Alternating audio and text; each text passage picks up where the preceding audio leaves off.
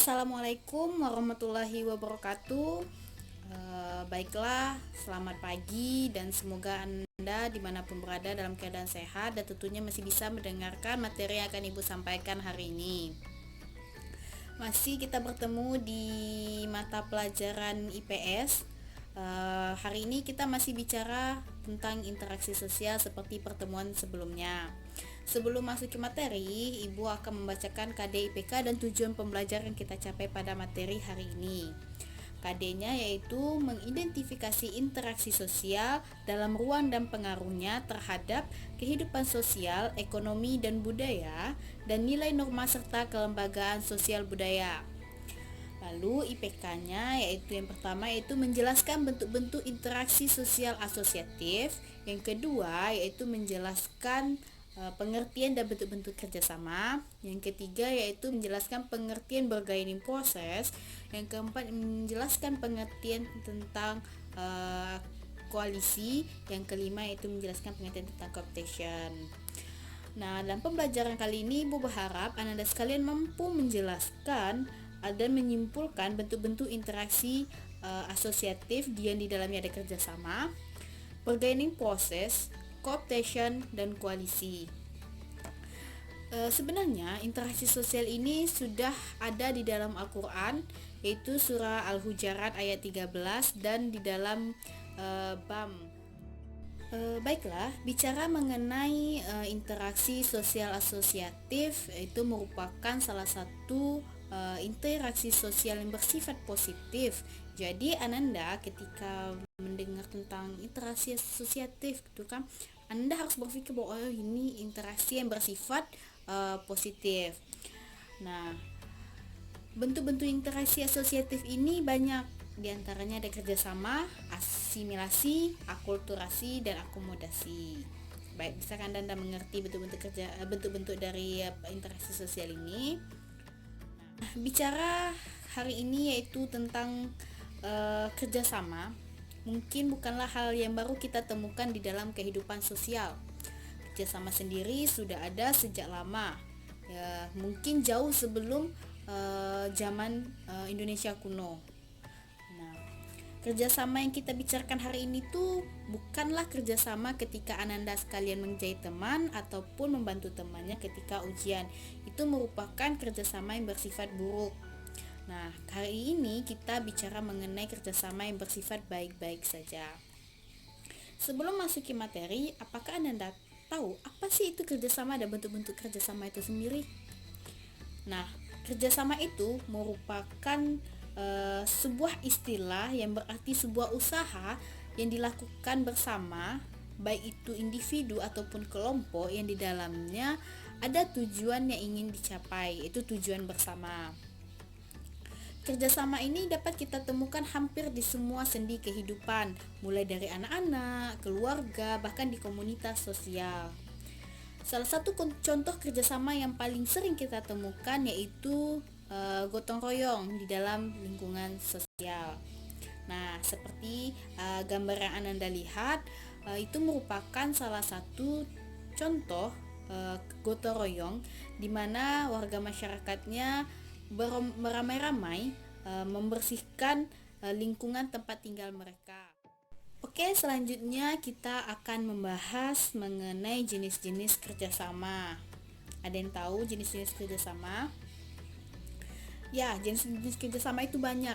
Seperti di dalam buku Eli Setiadi dan Usman Kolib itu mengatakan ada 3 jenis kerjasama, yaitu ada bargaining process atau tawar-menawar, yang kedua itu ada koalisi, dan yang ketiga itu ada cooptation.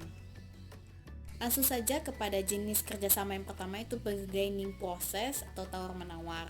Bargaining process adalah sebuah pelaksanaan perjanjian tentang tukar-menukar barang ataupun jasa antara dua organisasi atau lebih. Seperti kita bisa menyaksikan cuplikan berikut ini.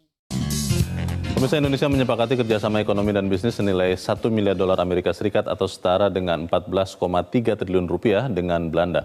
Kerjasama ini disepakati dalam pertemuan kenegaraan antara Presiden Joko Widodo dengan Raja Belanda Willem-Alexander di Istana Kepresidenan Bogor hari Selasa siang. Presiden Joko Widodo mengapresiasi kunjungan Raja Belanda Willem Alexander yang membawa serta lebih dari 100 pengusaha Belanda ke Indonesia untuk memperkuat kerjasama ekonomi dan bisnis dengan Indonesia. Selama kunjungan ini, telah ditandatangani sejumlah kerjasama antar pemerintah dan pengusaha. Presiden Jokowi pun berharap kerjasama Indonesia dan Belanda dapat saling menguntungkan di tengah ketidakpastian ekonomi dunia saat ini. Belanda adalah salah satu mitra penting Indonesia di Eropa, salah satu mitra strategis di bidang perdagangan, investasi, dan pariwisata. Di kawasan Eropa, Belanda merupakan mitra dagang Indonesia terbesar kedua, mitra investasi terbesar pertama, dan mitra pariwisata terbesar keempat. Sementara Menteri Luar Negeri Retno Marsudi menyebut kesepakatan kerjasama bisnis antara Indonesia dengan Belanda yang telah dicapai mencapai 1 miliar dolar Amerika. Business deal yang dicapai selama kunjungan besarnya kurang lebih adalah 1 billion atau 1 miliar US dollar. Antara lain adalah pengembangan investasi terminal Vopak di Tanjung Priok, kemudian pengembangan pabrik susu Friesland Campina, dan juga investasi Shell di sektor hilir migas. Belanda merupakan mitra penting bagi Indonesia di Eropa dan salah satu mitra strategis di bidang perdagangan, investasi, dan pariwisata. Di kawasan Eropa, Belanda merupakan mitra dagang Indonesia terbesar kedua, mitra investasi terbesar pertama, dan mitra pariwisata terbesar keempat bagi Indonesia. Dari Bogor, Jawa Barat, Marshalina Gita, Yahdin Syafrizal, Metro TV.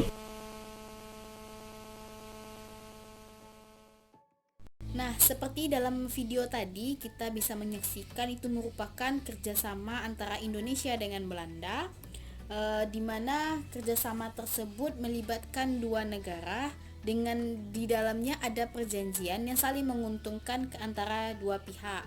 Tentu sebagai manusia yang nalurinya tidak ingin rugi, kita selalu mengharapkan keuntungan dalam setiap kegiatan yang kita lakukan. Jenis kedua dari kerjasama ini adalah kooptasi. Kooptasi ini merupakan proses penerimaan unsur-unsur baru dalam kepentingan atau pelaksanaan kegiatan politik dalam suatu organisasi sebagai salah satu cara untuk menghindari goncangan dalam stabilitas organisasi yang bersangkutan. Salah satunya adalah pengesahan dari sertifikasi guru. Pengesahan sertifikasi guru ini diharapkan guru-guru yang sudah tersertifikasi mampu membawa peserta didik ini kepada tahap yang mampu bersaing dengan negara-negara luar.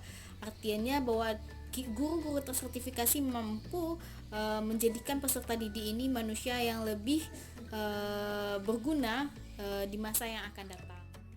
Oke, jenis-jenis kerjasama selanjutnya itu adalah koalisi. Kalau bicara mengenai koalisi, tentu kita akan berpikir tentang partai ataupun politik. Nah, koalisi yang paling terkenal nih, panas-panasnya nih, itu pada zamannya adalah Koalisi Merah Putih. Koalisi Merah Putih ini salah satunya pendirinya adalah Abu Rizal Bakri. Nah, dan koalisi ini berdiri pada tahun 2014. Nah, koalisi ini diduga karena untuk menyokong pasangan yaitu dari Prabowo dan Hatta Rajasa. Namun hal itu bukanlah tujuan utama dari berdirinya partai ini. Menurut ungkapan dari Ketua Umum Golkar Abu Rizal Bakri mengatakan bahwa Koalisi Merah Putih ini akan mempertahankan Pancasila sebagai ideologi negara. Ini pokok dan eksplisit. Kedua, dia mempertahankan Bhinneka Tunggal Ika. Koalisi Merah Putih juga menjamin kebebasan warga negara Indonesia untuk menjalankan agama dan kepercayaan masing-masing. Terakhir, ada prinsip HAM agar negara menjamin warga negara bebas menjalankan apa yang dia pikir baik. Nah, ini dikutip dari sebuah web yang berjudul Kata Abu Rizal, tujuan koalisi Merah Putih bukan untuk memenangkan Prabowo Hatta. Ini dalam webnya Nasional Kompas. Baik, kita sudah membahas 3 jenis kerjasama berdasarkan buku Eli Setiadi dan Usman Khalib. Nah, di samping sumber itu, ada sumber lain yang mengatakan ada 2 lagi tambahan nih untuk jenis kerjasama, yaitu kerukunan dan joint venture. Langsung yang pertama itu ada kerukunan. Kerukunan merupakan bentuk kerjasama yang berbentuk gotong royong dan tolong menolong antar individu. Nah, jadi kerukunan ini paling sering kita temukan nih dalam kehidupan di lingkungan kita nih. Kalau dalam tanggal 17-an biasanya sering kita temukan orang gotong royong untuk membersihkan lingkungannya. Nah, contohnya bisa kita lihat pada gambar ini. Di sini ada desa, dia melakukan gotong royong membangun jembatan yang menghubungkan desanya dengan desa yang lain. Mereka bekerja sama untuk melakukan pembuatan jembatan. Yang kedua juga kita bisa lihat, yaitu masyarakat bergotong royong membersihkan jalanan dan selokan yang ada di lingkungan mereka. Kita akan membahas bentuk kerjasama, yaitu joint venture. Joint venture ini merupakan sebuah kerjasama di bidang proyek-proyek besar untuk menyukseskan sebuah tujuan yang dibutuhkan kerjasama dari berbagai aspek ataupun pihak dengan latar belakang yang berbeda. Mungkin Ananda bertanya mengenai kok gambar Sony Ericsson sih? Nah, kita akan membahas nih joint venture antara perusahaan Sony dengan Ericsson. Sony Ericsson ini nama lengkapnya adalah Sony Ericsson Mobile Communication AB. Adalah perusahaan yang membuat telepon genggam yang merupakan perusahaan didirikan pada tanggal 1 Oktober 2001. Hasil gabungan 2 perusahaan besar dalam bidang yang berbeda nih, yaitu perusahaan Sony yang berada di Jepang yang di bidang elektronik dan perusahaan yang berada di Swedia yaitu Ericsson, yaitu mereka di bidang telekomunikasi seluler.